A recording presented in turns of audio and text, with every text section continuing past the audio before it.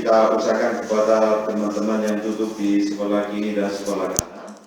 Tuhan mengasihi Anda. Oke, 1, 2, 3. Tuhan mengasihi Anda. Sekali lagi, Tuhan sangat concern terhadap kebahagiaan Anda.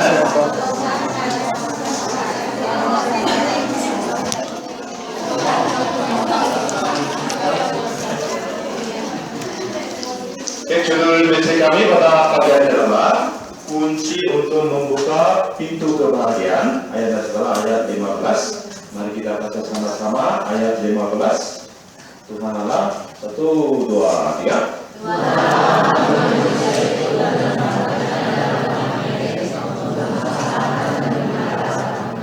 Coba kita baca pelan-pelan sekali lagi. 1, 2, 3.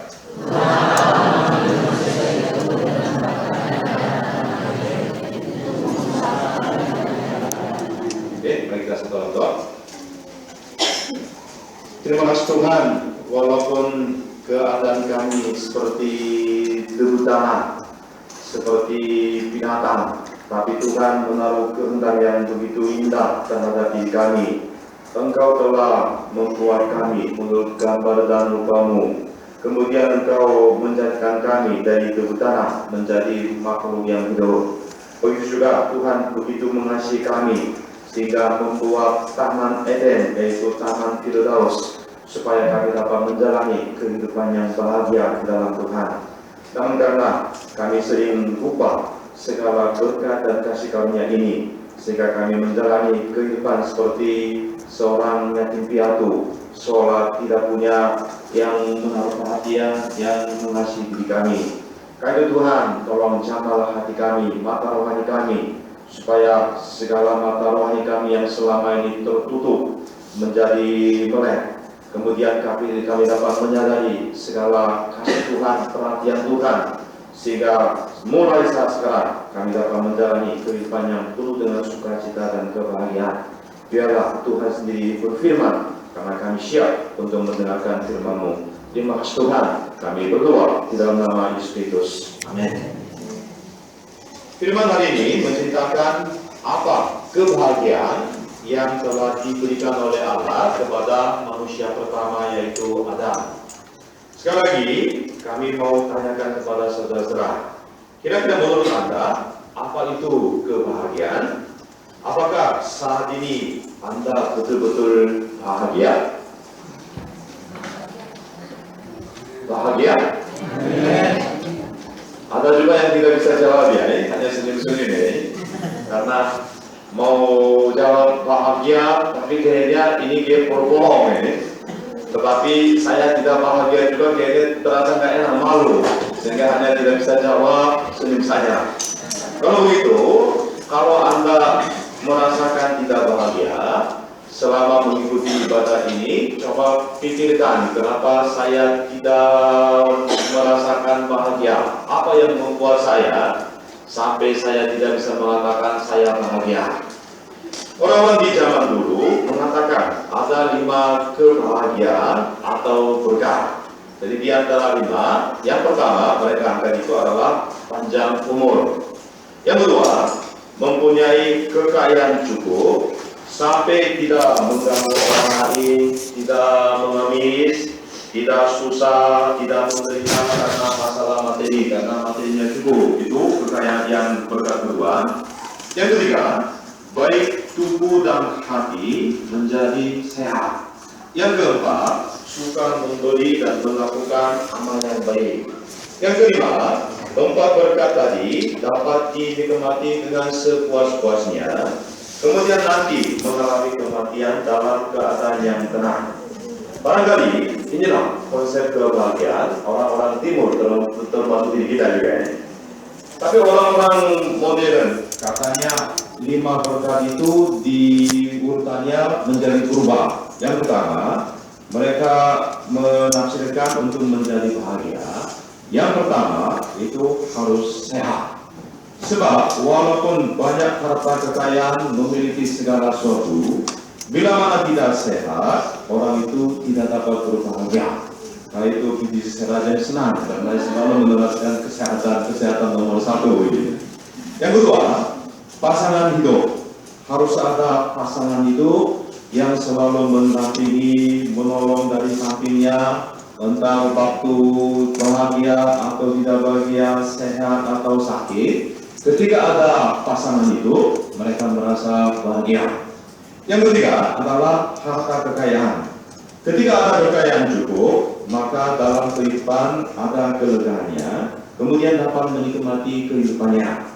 Yang keempat, adanya pekerjaan. Ketika ada pekerjaan, manusia tidak akan bosan, manusia dapat merasakan kepuasan, kebahagiaan melalui pekerjaan tersebut. Yang kelima, teman atau sahabat yang dekat, sampai dia dapat mengenali diri, mengerti diri, sehingga dia tidak merasa sepi. Itulah konsep kebahagiaan orang-orang modern pada zaman sekarang. Saudara, ketika kita berpikir hal-hal di atas, memang kayaknya wajar, masuk akal untuk kebahagiaan kita, itu semuanya kita butuhkan. Tapi bukan sesuatu yang bersifat absolut. Sebab begitu banyak orang sebetulnya sudah punya segala sesuatu, apa yang tadi kami katakan sebenarnya sudah punya, tapi tetap menjalani kehidupan yang tidak berbahagia. Kemudian, mengapa dari negara-negara maju masalah tingkat bunuh diri lebih tinggi dibanding dengan negara-negara miskin? Korea juga waktu menaruh pengharapan terhadap kemajuan ekonomi, tingkat bunuh diri kecil. Tapi setelah dia memasuki yang sebagai negara yang sudah maju, orang-orang menikmati harta kekayaan, justru banyak orang putus asa, kemudian tingkat bunuh diri naik sampai itu menjadi nomor 1 di seluruh dunia. Jawabannya, karena mereka belum menemukan kunci yang membuka pintu kebahagiaan. Walaupun kebahagiaan itu sudah diberikan, tapi karena tidak memiliki kuncinya, sehingga tidak bisa masuk, tidak bisa buka pintu kebahagiaan itu. Walaupun sebenarnya hidup di dalam keadaan yang sama, ketika kita memperhatikan, ada orang yang menjalani hidup yang sangat bahagia, tapi dalam keadaan yang sama, ada juga yang tetap menjalani kehidupan yang tidak bahagia, selalu membandingkan diri dengan orang lain, sehingga di dalam hatinya betul-betul dia tidak bisa menikmati sukacita dan kebahagiaan. Semua melalui firman hari ini kita sama-sama mengecek keadaan hati kita, karena kita harus ingat Allah setelah menciptakan diri kita menurut gambar dan rupanya. Apa yang paling Tuhan harapkan kepada diri kita itu adalah kita menikmati kebahagiaan yang Tuhan berikan. Firman hari ini menceritakan bagaimana Allah menciptakan Taman Eden, yaitu taman kebahagiaan, setelah Allah menciptakan manusia pertama, yaitu Adam. Allah menciptakan manusia menurut gambar dan rupanya, kemudian memberkati manusia. Dan supaya manusia menjalani hidup yang benar-benar bahagia, Allah membuat Taman Eden, kemudian manusia ditempatkan di tengah-tengahnya, supaya manusia hidup dalam kebahagiaan tersebut. Firman hari ini memberitahukan kepada diri kita ada 3 kunci untuk membuka pintu kebahagiaan. Semua melalui firman hari ini kita membuka pintu kebahagiaan itu, kemudian mari menjalani kehidupan yang betul-betul penuh dengan sukacita kebahagiaan yang telah diberikan oleh Allah, sehingga kita dapat menjalani kehidupan yang menyenangkan hati Tuhan. Amin. Oke, yang pertama, kunci pertama, Allah telah memberi segala sesuatu demi kebahagiaan kita. Di sini telah bukan Allah akannya. Allah telah memberi segala sesuatu demi kebahagiaan kita. Mari kita lihat ayat 8. Kita baca sama-sama ayat 8. Oke, 1, 2, 3.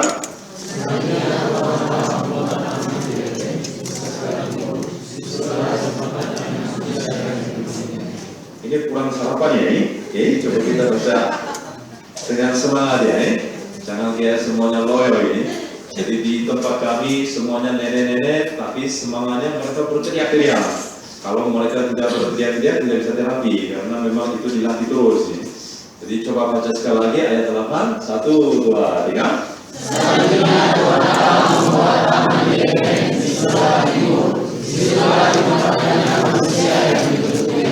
Oke, kecil, sekarang jauh lebih bagus ini. Allah membuka Taman Eden di timur untuk kebahagiaan manusia. Seperti kita ketahui, timur itu adalah tempat di mana matahari terbit. Kemudian kata Eden itu mengartikan sukacita, kebahagiaan, atau kegembiraan di dalam bahasa Ibrani. Sedangkan dalam bahasa Yunani, seperti kita tahu, Paradise atau Firdaus. Allah membuat Taman Eden di timur, kemudian kata taman itu bukan suatu bukit atau gunung yang tinggi, tapi artinya tempat di mana dipagari atau dilindungi.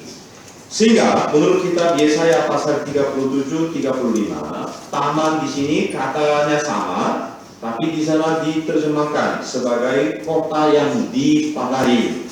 Dengan demikian, Taman Eden dapat dikatakan sebagai sebuah kota yang penuh dengan sukacita kegembiraan atau suatu kota yang dilindungi karena adanya pagar. Allah membuat taman khusus dan menaruh manusia di tengah-tengahnya karena Allah begitu concern terhadap kebahagiaan manusia. Allah membuat lingkungan spesial supaya manusia betul-betul menjalani hidup yang penuh dengan sukacita dan kebahagiaan. Artinya, Allah melindungi manusia, membuat segala keadaan yang lengkap supaya manusia dapat menikmati sukacita kebahagiaan yang sepuas-puasnya. Itulah Taman Eden, itulah Firdaus yang telah diberikan oleh Allah kepada manusia. Kalau itu bagaimana keadaan Taman Eden itu? Mari kita lihat ayat 9. Lalu Tuhan Allah menumbuhkan berbagai-bagai pohon dari bumi yang menarik dan yang baik untuk dimakan buahnya, dan pohon kehidupan di tengah-tengah taman itu, serta pohon pengetahuan tentang yang baik dan yang jahat. Ternyata di Taman Eden ada begitu banyak pohon. Tuhan Allah menumbuhkan berbagai-bagai pohon dari bumi yang menarik, kemudian yang baik untuk dimakan buahnya.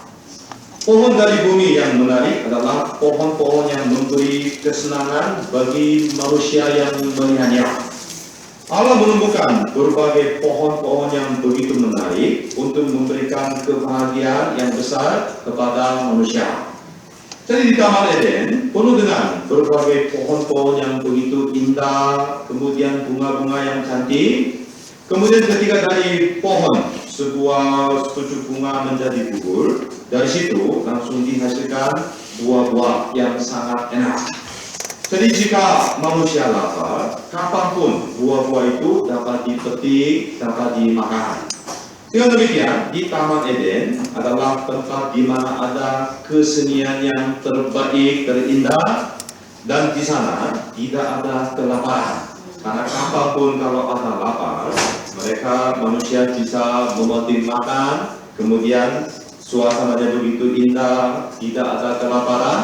Itulah lingkungan yang dijelaskan oleh penulis kitab Kejadian, tempat Taman Eden.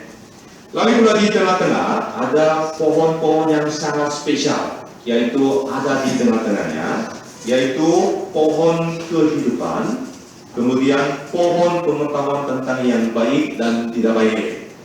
Pohon kehidupan yang memberi tanda yang menjanjikan kepada manusia kehidupan yang berkah yang kekal. Allah telah membuat manusia dari debu tanah. Kemudian Allah membungkuskan napas hidupnya ke hidung Adam, sehingga seperti kita pelajari, Adam menjadi makhluk yang hidup. Tapi alasan mengapa Allah menaruh pohon kehidupan di tengah-tengah Taman Eden itu adalah biar Adam sadar bahwa hidup dan nyawa Adam saat itu bersifat tidak kekal. Tapi ketika Adam memetik buah dari pohon kehidupan, barulah Adam dapat menikmati hidup yang kekal. Karena nyawa atau hidup yang sekarang dinikmati oleh Adam itu bersifat tidak kekal, sehingga biar Adam menaruh perhatian kepada hidup yang kekal, sehingga pohon kehidupan itu ditaruh di tengah-tengahnya. Dengan kata lain, hidup manusia tergantung kepada Allah, bukan kepada manusia sendiri. Bukan ada unsur kehidupan yang kekal dari pohon kehidupan itu, tapi artinya hidupnya kehidupan yang kekal itu akan diberikan oleh Allah sendiri sebagai hadiah, supaya setiap saat Adam melihat pohon kehidupan, biar Adam menyadari hal itu. Kemudian pohon pengetahuan yang baik dan tidak baik menandakan bahwa hanya Allah saja baik, dan Allah saja yang dapat membedakan yang baik dan tidak baik. Artinya, manusia tidak dapat menjadi standar, patokan, atau tolok ukur untuk yang baik atau tidak baik. Tapi jika Allah mengatakan ini baik, maka itu baik. Tapi bila Allah mengatakan tidak baik, hal itu betul-betul tidak baik. Allah menaruh pohon pengetahuan tentang yang baik tidak baik, kemudian memberikan firman perintah kepada Adam supaya buah itu jangan dimakan, karena kedua pohon ini diberikan oleh Allah untuk memberi kekuatan jiwa dan roh kepada Adam. Jadi boleh dikatakan setiap saat ketika Adam melihat pohon kehidupan atau pohon pengetahuan tentang yang baik dan tidak baik, itu bisa dijadikan sebagai makanan rohani atau daily bread bagi kehidupan rohani bagi Adam. Karena ketika Adam hidup di tengah-tengah segala berkat, dia sangat mudah untuk melupakan adanya Tuhan. Tapi setiap saat ketika Adam melihat dua pohon yang spesial itu, dia teringat kepada Allah supaya Adam bersekutu dengan Allah. Manusia tidak dapat bahagia walaupun perut menjadi kenyang. Itulah perbedaan antara manusia dengan binatang.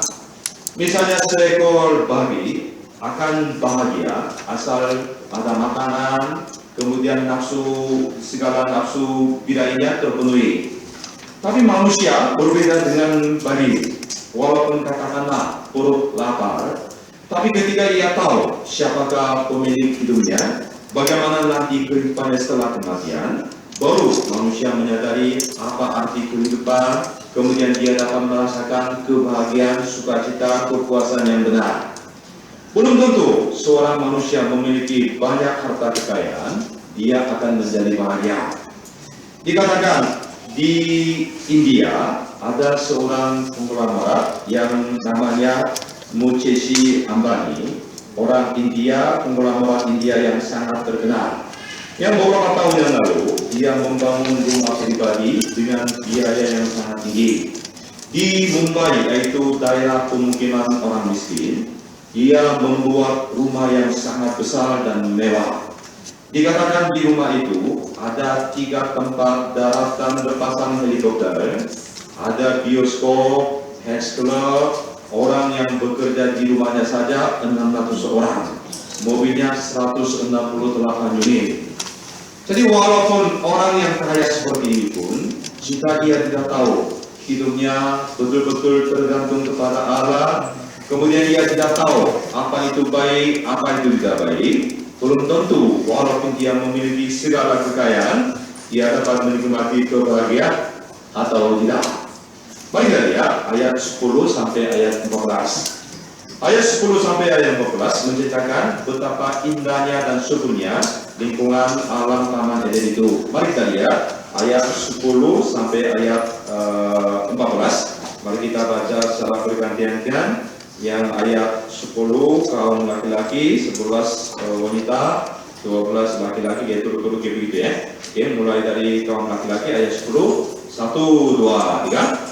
Ada suatu sungai yang mengalir dari Eden untuk menguasai taman itu, dan dari situ sungai itu terbagi menjadi 4 cabang.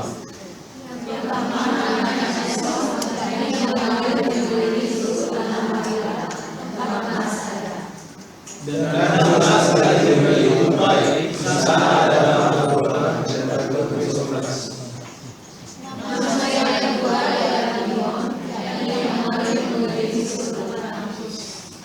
Nama sungai yang ketiga adalah Tigris, yang dia mengalir di sebelah timur Nasur, dan sungai yang keempat adalah Efrat. Oke, terima kasih. Jadi di dalam ayat 10 sampai 12 tertulis akan 4 sungai yang berasal dari Taman Eden. Apa itu? Yang pertama, Pison, kedua, Gihon, yang ketiga Igris, kemudian yang keempat Adani. Jadi 4 sungai itu berasal dari Taman Eden, kemudian sedang membasahi seluruh Taman Eden, kemudian menjadi pancaran dan sumber air. Biasanya sungai itu disebut sebagai tempat di mana dimulai perkembangan budaya dan peradaban manusia.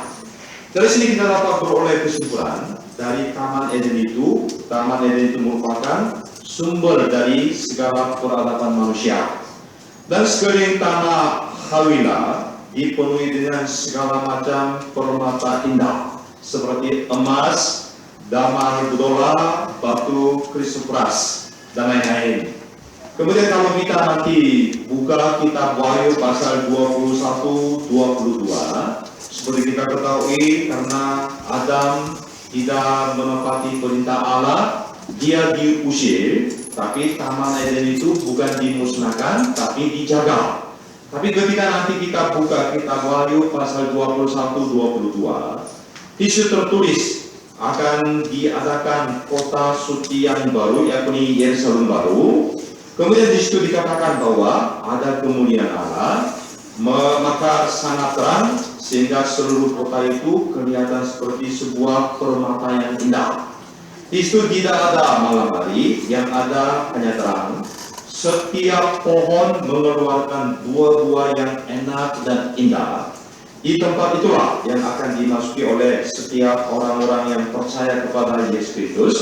Kemudian mereka akan hidup di sana untuk selama-lamanya sambil memerintah sebagai raja bersama dengan Tuhan Yesus. Jadi walaupun Taman Eden, karena Adam dia tidak bisa menepati perintah Tuhan, diusir, tapi taman itu dipelihara. Kemudian ini nanti diberikan kepada setiap orang yang percaya kepada Yesus Kristus.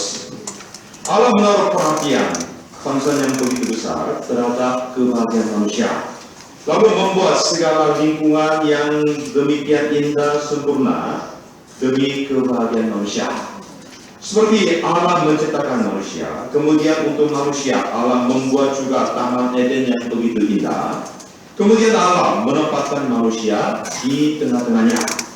Dengan kata lain, kebahagiaan itu bukan manusia yang cari, manusia yang tua, tapi kebahagiaan itu sendiri telah diberikan oleh Allah. Ini konsep ini penting ya.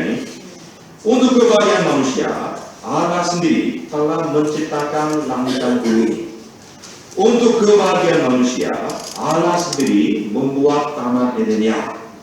Allah membuat gunung dan sungai, Allah membuat tanah menjadi subur, Allah menumbuhkan juga pohon-pohon yang menarik, pohon-pohon yang enak untuk dimakan buahnya. Kemudian Allah menaruh juga pohon kehidupan, pohon pengetahuan yang baik dan tidak baik. Allah membuat juga segala macam permata, emas, dan lain-lain. Dengan seperti itu, Taman Eden yang indah ini bukan dibuat oleh manusia karena manusia ingin atau manusia minta, tapi Allah sendiri menaruh segala perhatian, concern terhadap kebahagiaan manusia, sehingga Allah sendiri membuat taman itu secara sukarela untuk kebahagiaan manusia. Seperti itu, Allah begitu sayang, concern terhadap kebahagiaan manusia. Kemudian Allah memberikan segala sesuatu supaya manusia menjalani kehidupan yang bahagia. Di sini yang perlu kami tanyakan, saudara-saudara, apa yang perlu kita pikirkan di hadapan Tuhan? Apakah Allah hanya memberikan semua ini kepada Adam saja, tapi Allah tidak memberikan kepada diri saya, kemudian diri Anda? Tidak. Bagi kita pun, demi kebahagiaan kita, Allah telah memberikan segala sesuatu supaya kita sadar, supaya kita dapat menjalani kehidupan yang bahagia. Cuma masalahnya, ini mata kita sering tertutup, sehingga apa yang telah Tuhan berikan itu dianggap biasa atau sesuatu yang biasa atau kecil. Apa yang belum kita miliki, kita anggap itu yang penting, kemudian kita terus mengeluh, komplain, sehingga kita tidak bisa menjalani kehidupan yang bahagia. Semoga kita dapat percaya bahwa demi kebahagiaan diri kita, sesungguhnya Allah telah memberikan segala sesuatu. Amin. Apakah Anda bisa percaya akan hal ini? Amin. Tetapi jelas, mungkin di antara saudara-saudara kita ada juga yang mengatakan, apa?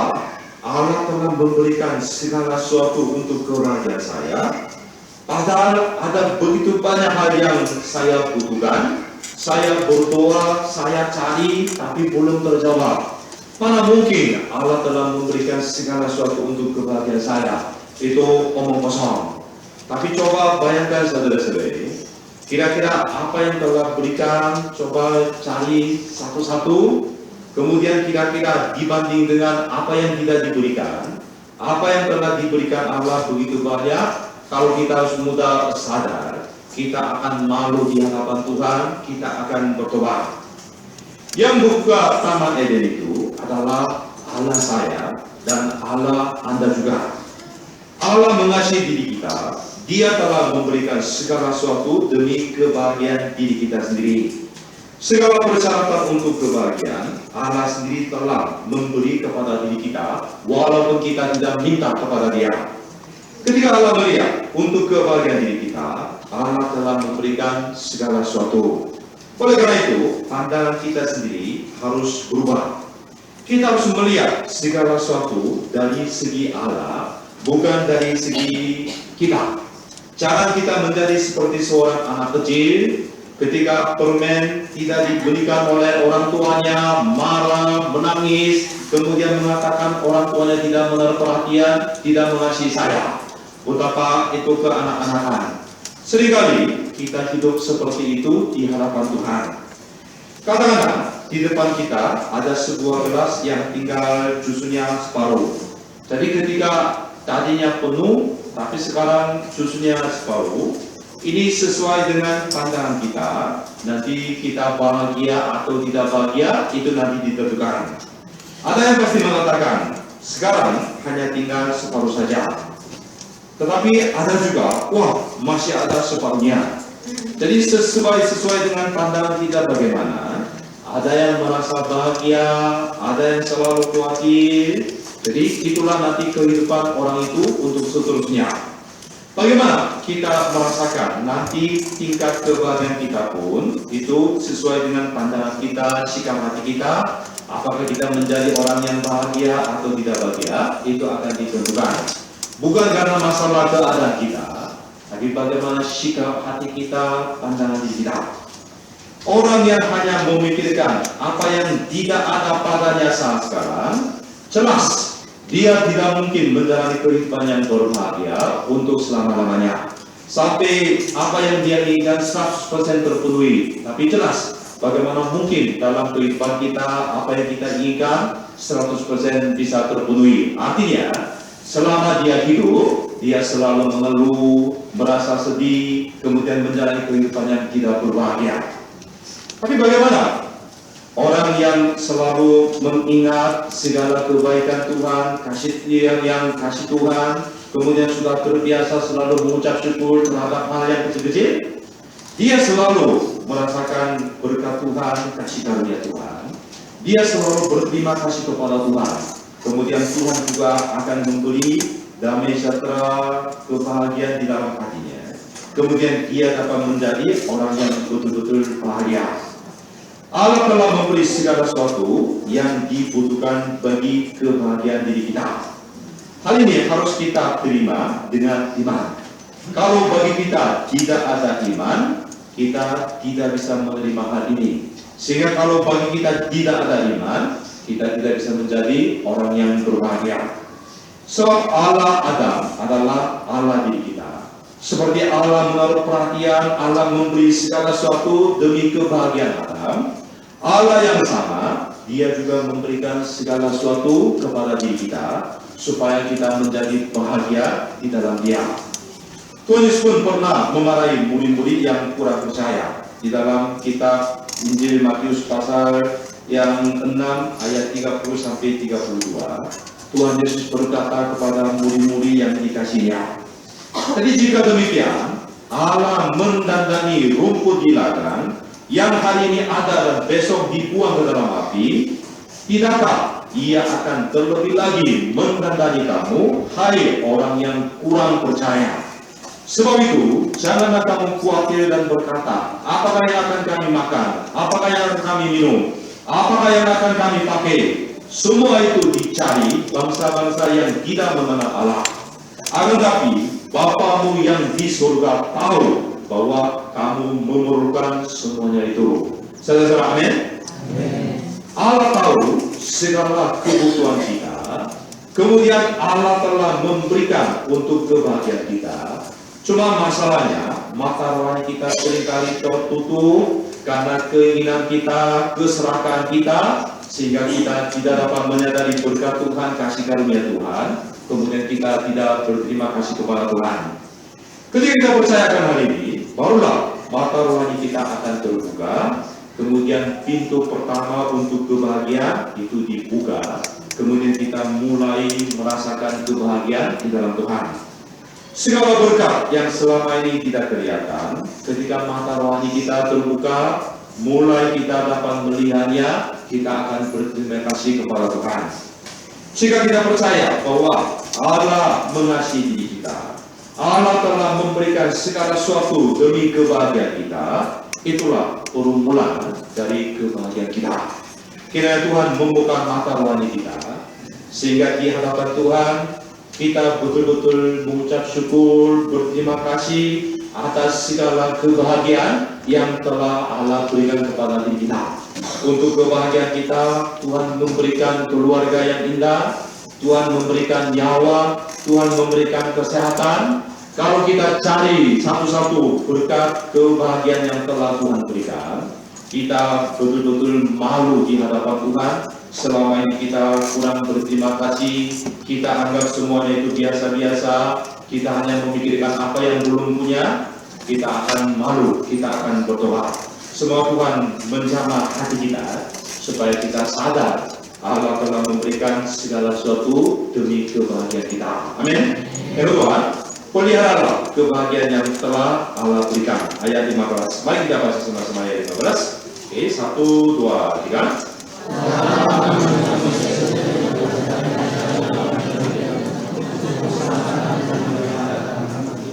Apa tujuannya sampai Allah menarik kemudian menempatkan manusia di tengah-tengah taman Eden itu? Caranya supaya manusia untuk mengusahakan dan memelihara taman itu. Kata mengusahakan itu mengatur atau memerintah. Dalam kitab NIV, kata mengusahakan itu ditulis sebagai work, yaitu bekerja. Jadi melakukan pertanian, kemudian memperindah lingkungan taman, mungkin itu diberikan sebagai tugas kepada Adam. Apa yang telah diciptakan oleh Allah, dipelihara, diciptakan, dikembangkan menjadi yang lebih baik, itulah yang diberikan yang kepada Adam sebagai pekerjaannya. Di Taman Eden penuh dengan segala sesuatu secara lengkap. Oleh karena itu, bagi manusia tidak usah bekerja untuk mencari makanan. Walaupun begitu, apa alasannya sampai Allah memberikan pekerjaan kepada manusia? Sebab pekerjaan itu sendiri akan memberi sukacita, kebahagiaan kepada manusia. Andai kata tidak ada pekerjaan, Adam tidak bisa menikmati kebahagiaannya. Kemudian untuk kesehatan juga, pekerjaan itu penting.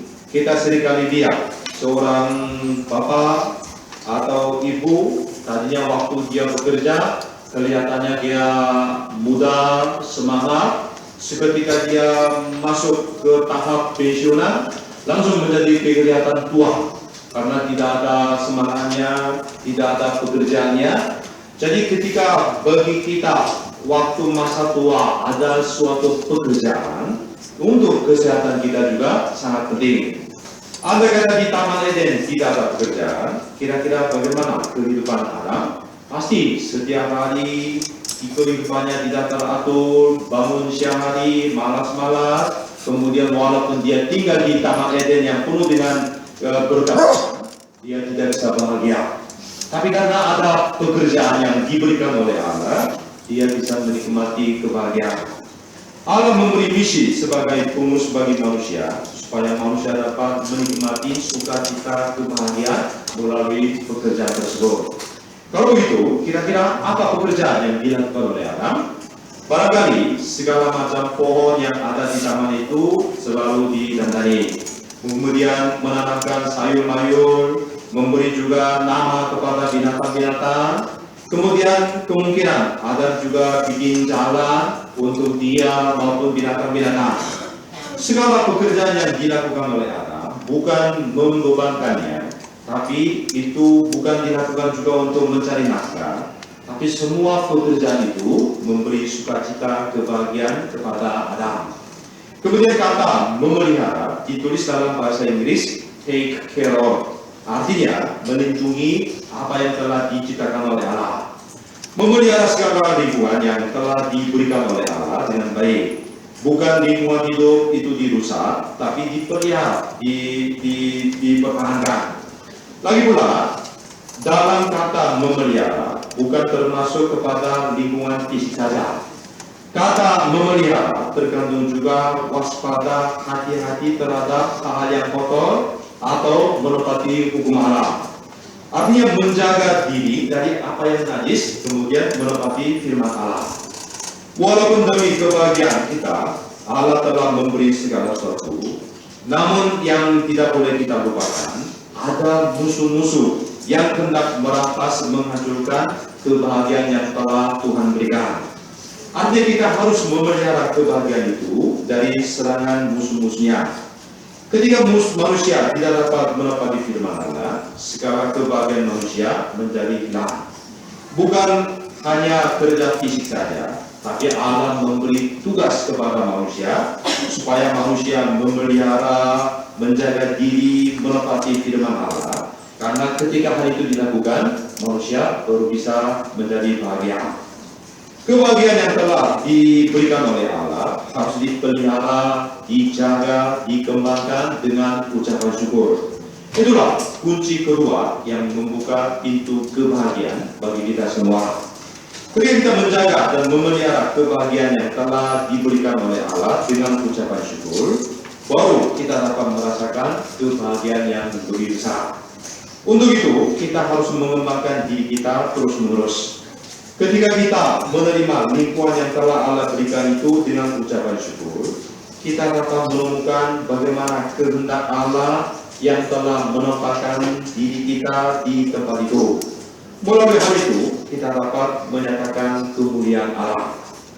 Rasul Paulus, kalau kita melihat di dalam kitab Filipi pasal 4, dia mengatakan, segala perkara dapat kutanggung di dalam Dia yang memberi kekuatan kepadaku. Tapi pengakuan Paulus ini berasal dari iman dia yang dapat menyesuaikan diri dalam segala keadaannya. Dia tidak mengeluh, tidak komplain, tapi dalam segala keadaan dia belajar bagaimana dia dapat menjalani kehidupan yang menang, kehidupan yang mengucap syukur. Jika dilihat kehidupan Paulus dari segi manusiawi, betapa dia susah dan menderita banyak. Lebih-lebih secara finansial, pasti ada banyak kesulitan, kekurangan dana, kekurangan materi. Tetapi Paulus berani mengatakan, segala perkara dapat kutanggung di dalam Dia yang memberi kekuatan kepadaku. Artinya, walaupun keadaannya kadang baik, tidak baik, lapar, miskin, tapi dia mengatakan, dia tahu rahasia bagaimana dia bisa menyesuaikan diri, bagaimana dia memelihara kebahagiaan yang Tuhan berikan, sehingga dalam segala keadaan dia dapat mengucap syukur, dia bisa bahagia, dia bisa memelihara hatinya. Dalam keadaan apapun, di dalam Dia yang memberi kekuatan, Paulus dapat memperoleh rahasia untuk menjalani hidup yang berbahagia. Itu juga yang dikehendaki oleh Tuhan kepada kita, sehingga kita juga mengucap syukur dalam segala hal. Kita harus menjaga kebahagiaan yang telah Allah berikan kepada diri kita dalam segala keadaan yang kita hadapi. Itulah kunci kedua yang akan membuat pintu kebahagiaan itu terbuka. Apabila melakukan pemeliharaan dengan baik, di hati kita pun terjadi ucapan syukur, sukacita dalam keadaan apapun. Semua kita menerima segala keadaan saat sekarang dengan ucapan syukur, kemudian memelihara, menikmati kepuasan dan kebahagiaan untuk menyenangkan hati Tuhan. Lebih-lebih saat ini si iblis hendak merusak Firdaus yang telah diberikan oleh Allah, kemudian berupaya keras untuk merampas segala kebahagiaan yang kita miliki itu. Dengan menanamkan pikiran-pikiran yang negatif, memberi keluh kesah supaya kita jangan menepati firman Allah. Oleh karena itu, kita harus menjaga diri kita, kemudian mengalahkan segala pikiran-pikiran negatif yang ditanamkan oleh iblis. Sayangnya, jika kalau kita belajar kitab Kejadian pasal 3, walaupun kepada Adam diberikan segala sesuatu, kemudian perintah juga, namun akhirnya Adam tidak kuat. Dia berbuat dosa, kemudian dia diusir dari Taman Eden yang begitu baik. Kehilangan Firdaus, itulah yang dialami oleh Adam. Oleh karena itu, kita harus memelihara kebahagiaan yang telah Allah berikan itu dengan ucapan syukur. Pertama, kita harus menjaga keluarga kita. Keluarga yang didirikan oleh Allah itu sebagai taman kebahagiaan yang telah diberikan oleh Allah. Karena iblis yang tahu dia melakukan segala upaya untuk menghancurkan keluarga kita. Begitulah gereja, yaitu yang dibeli melalui darah Yesus sebagai taman kebahagiaan, harus kita pelihara. Tempat gereja kita juga bukan tempat yang mencari nafkah kita, makan kita, tapi tempat kerja kita juga kita harus pelihara biar menjadi taman Eden, supaya melalui tempat kerja kita bukan hanya kita cari makan tiga kali sehari, tapi melalui tempat kerja kita mendapatkan kebahagiaan, kemudian tempat itu dijadikan biar Tuhan tinggal, kemudian banyak orang melihat Tuhan yang hidup. Semua dengan menjaga keluarga, gereja, tempat kerja, bahkan hati kita dipelihara dengan baik, supaya kita selalu tinggal di dalam kasih karunia Tuhan, sehingga kita menjalani kehidupan yang penuh dengan kebahagiaan dan sukacita. Amin. Yang ketiga, kita harus taat kepada tata urut penciptaan yang telah diberikan oleh Allah sebagai kunci ketiga. Mari kita lihat ayat 16-17. Kita baca sama-sama ayat 16-17. 1, 2, 3.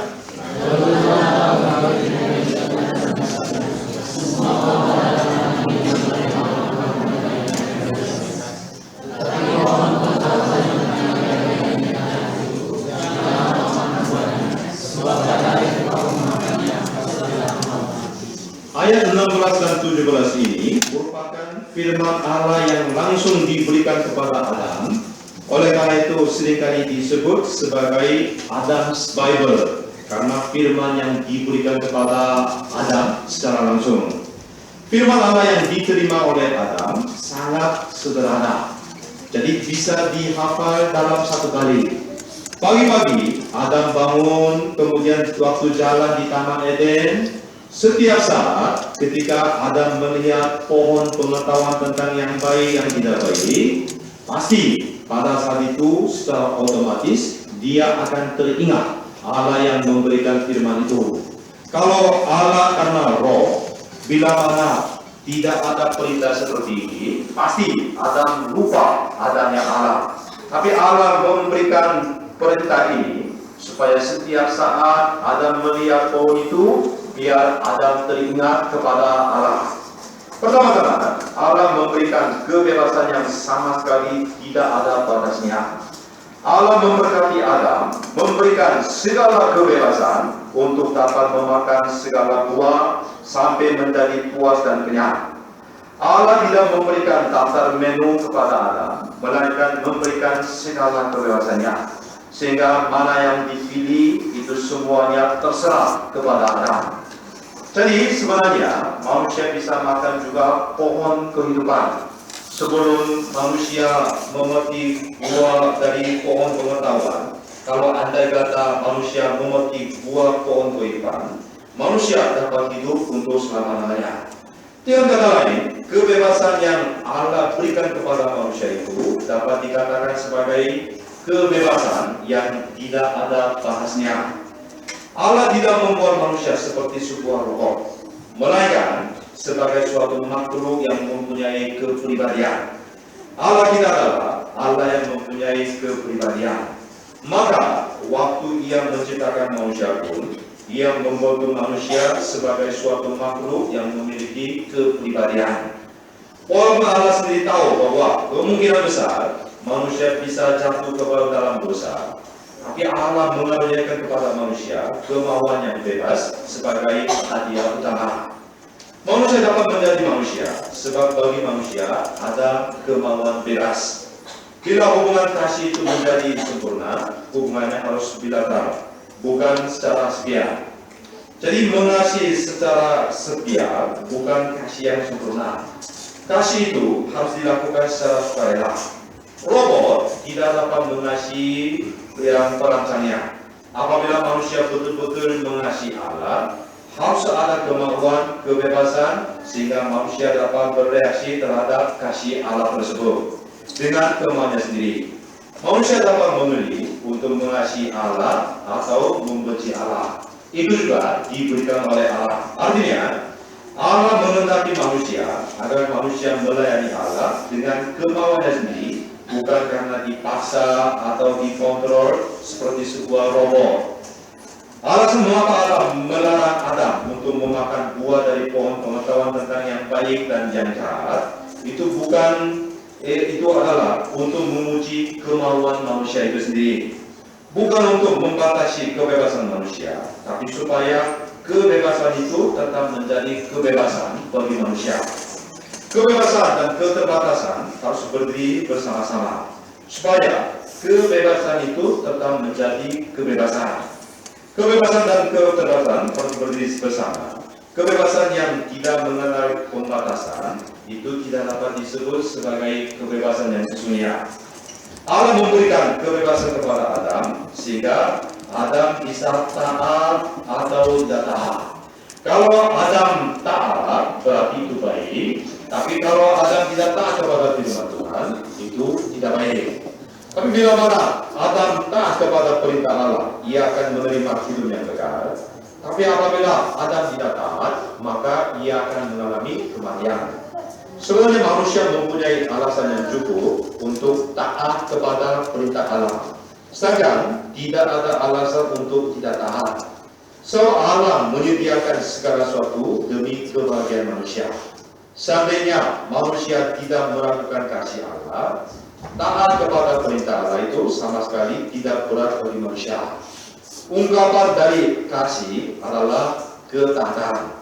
Oleh karena itu Tuhan Yesus juga pernah berkata kepada murid-muridnya di dalam Injil Yohanes pasal 14 ayat 15. Jikalau kamu mengasihi aku, kamu akan menuruti segala perintahku.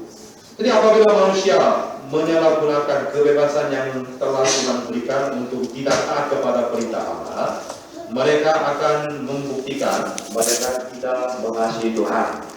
Bila mengalami kejahatan, akan timbul tembok pemisah dengan Allah, yaitu kebaikan itu sendiri. Jadi secara otomatis manusia akan semakin jauh dari Allah, akhirnya dia akan mengalami kebinasannya. Dengan demikian, di dalam kebebasan harus ada dibarengi dengan tanggung jawabnya.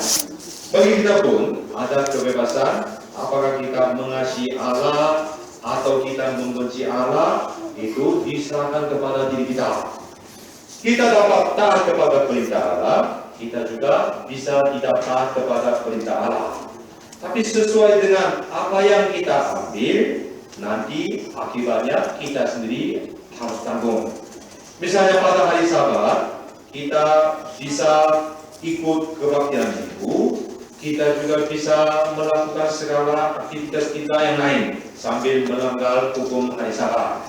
Tapi ketika kita melanggar perintah Allah, pasti ada resikonya. Walaupun Tuhan tidak memaksakan kita, Tuhan hanya memberikan perintah. Ketika kita taat, ketika tidak taat, ada resikonya. Semua itu kita yang harus bertanggung jawab. Dan bila mana kita benar-benar mengasihi Allah, kita pasti bisa menuruti perintah Allah tanpa hati yang berat. Tapi andai kata kita ada kasih kepada Allah, tapi kalau dipaksakan, pasti itu menjadi beban. Tapi ketika kita menuruti tata urut penciptaan yang telah Allah berikan itu, baru kita bisa menjalani kehidupan yang bahagia. Itulah kunci ketiga. Sebagai kesimpulan saudara-saudara, kunci yang dapat membuka pintu kebahagiaan yang telah diberikan oleh Allah. Yang pertama, kita harus meyakini Allah telah memberi segala sesuatu yang dibutuhkan bagi kebahagiaan diri kita. Yang kedua, kita harus memelihara dan menjaga kebahagiaan yang Allah telah berikan itu. Yang ketiga, yang kita memakan daily bread, menepati tata urut penciptaan yang telah Allah dirikan. Pada saat itu, kita dapat menikmati kebahagiaan yang telah diberikan Allah itu. Kemudian kita dapat menikmati sukacita kebahagiaan yang kekal. Semakin lama semakin besar. Kemudian nanti kita masuk di langit yang baru, bumi yang baru. Di sana kebahagiaan yang kekal dapat kita nikmati. Semua Tuhan memberkati kita semua, sehingga tiga kunci kebahagiaan ini tetap kita pegang dan pakai, lalu kita dapat menjalani kehidupan yang menyenangkan hati Tuhan, kehidupan yang penuh dengan sukacita dan kebahagiaan. Kiranya Tuhan memberkati kita semua. Amin.